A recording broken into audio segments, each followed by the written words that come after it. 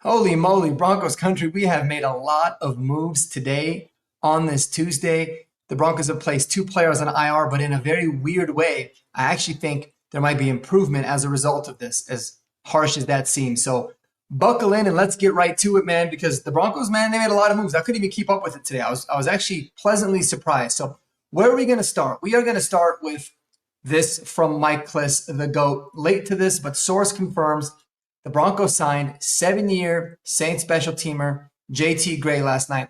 Shout out to somebody, I forgot who it was in the comments yesterday at Horsepower Hour, but they did mention JT Gray. Obviously, one of the best special teamers. He's an all-pro, a former all-pro special teams player, was cut from the Saints a few weeks ago, and a lot of people thought it was really surprising. I was actually surprised we didn't sign him as quickly as we did, but this is a great move because the Broncos have been terrible on special teams. They've needed all the help that they could get. JT Gray is obviously somebody that makes a whole bunch of sense. He's familiar with the system. He can give you some depth at safety, but that'll probably never need to be the case here in Denver. And in addition to that, the Broncos have signed former Michigan and Chargers practice squad guard Carson Barnhart to their practice squad. He was part of the tryout group yesterday. Barnhart, when looking at him, he played at Michigan. So he spent some time with Jim Harbaugh and the Chargers. Never really played, was always on the practice squad.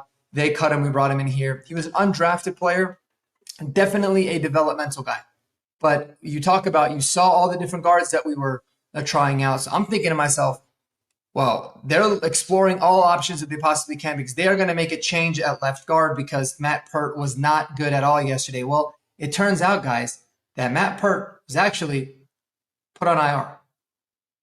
And so, as Mike Kliss says here, for the second straight week, the Broncos are placing their starting left guard on IR after he played every offensive snap in a game. This time he's going to IR. He said later on that Matt Peart looks like he had gotten injured on the third snap of the game. It was on the Troy Franklin fumble, and he continued to play throughout the whole game.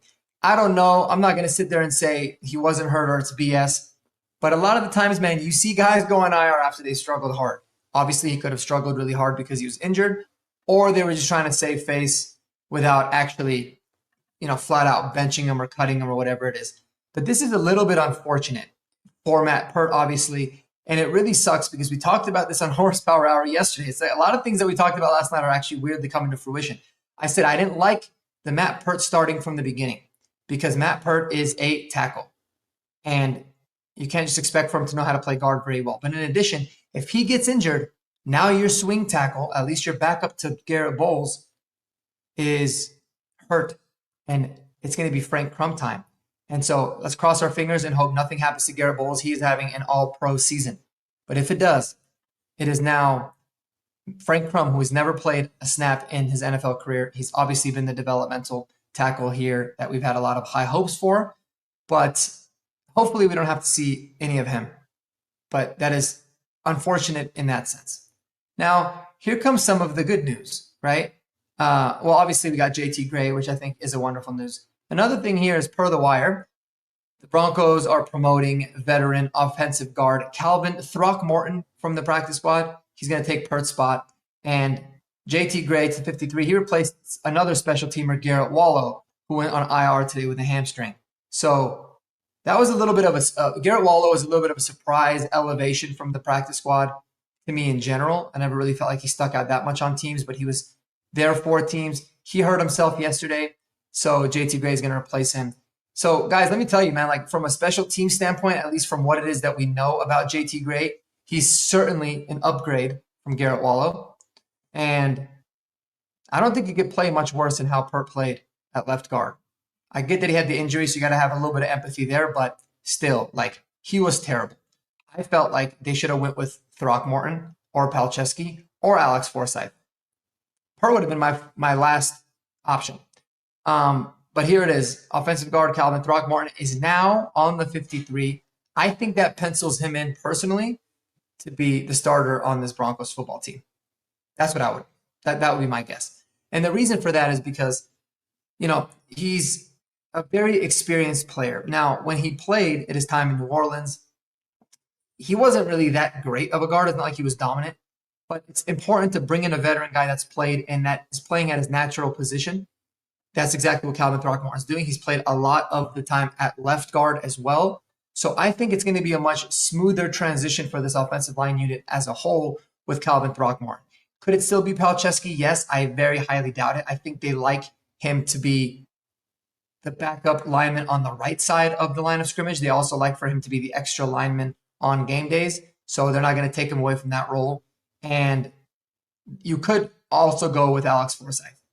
But the one problem that you have with Alex Forsyth, and obviously it's something that he can improve upon, but you don't want to have to figure that out, is he's a big liability in the pass game.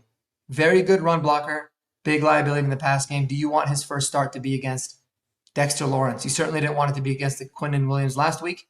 You don't want it to be against Dexter Lawrence this upcoming week. So go with the veteran, the guy that you feel like has got the experience. He's not going to be much of a transition. That's the way that I think the Broncos are going to be leaning. But we will certainly find out more information as that comes along. But unfortunately, we are getting very thin at the O-line position. And so that's something to definitely keep an eye out on. Hopefully, we don't have to talk too much about it because, yes, the offensive line had their worst game by far collectively this last game. But overall, they've been wonderful this season, and I expect for that to continue under the leadership of Zach Strief. No doubt about that. So I'm excited. As we reported, there was reports last week, the Broncos did end up having a tryout with Treylon Burks, the former first-round pick wide receiver. He's also scheduled to go to work out with the Commanders. So we'll see what he ultimately ends up choosing. It'd be cool to bring him in. It'd be interesting for sure, but I don't think there's a necessity for it, man. I think Pat Bryant is ready to take off in this offense. I really do. He outsnapped Sherfield by quite a bit yesterday, as Luca Evans pointed out, and he also ran the second most routes of any receiver on this offense. So his time is coming. All of the blocking and off the ball stuff that he's been doing is going to need to pay off for somebody like him. And guys, go back and watch the route that he put on the cornerback on that third down conversion. We ran that slant on the RPO. It was filthy. It was filthy, but he led Denver's wide receivers in run blocking snaps, as Luca Evans said. But he also ran the third most routes. Sorry, I misspoke there. Third most routes of anyone the last 2 games. So he has clearly jumped Trent Sherfield in the wide receiver blocking role and also as somebody that can go out there and get balls. So I'm excited for the Pat Bryant era to get going because he's a stud.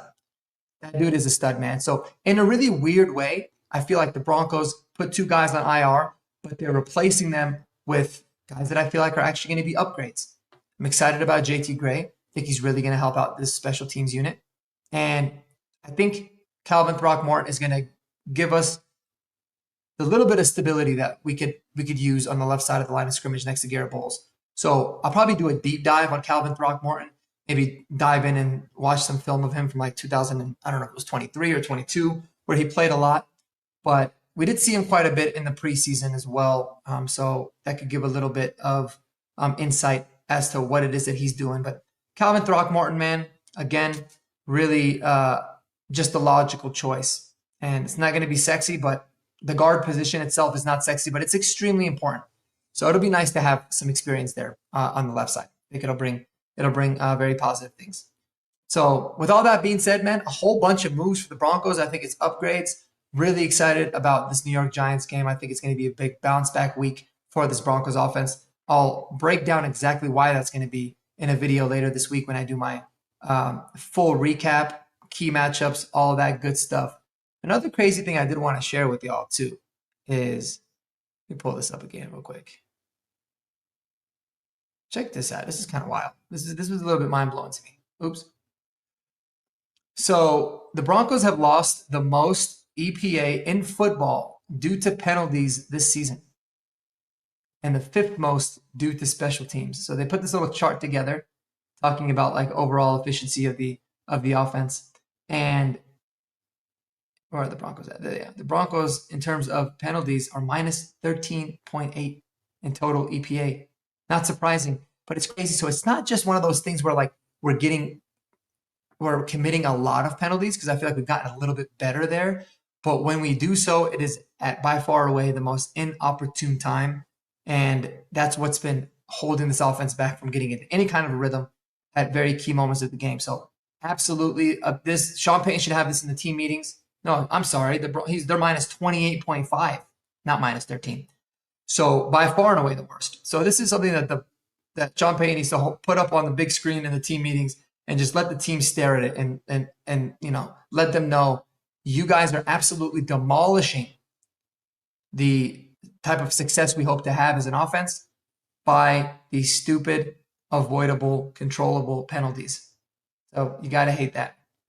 And I truly do. And yeah, special teams has not been pretty either. Look at that. The Texans sitting at plus 31, and we are sitting in fifth to last in minus 11.2.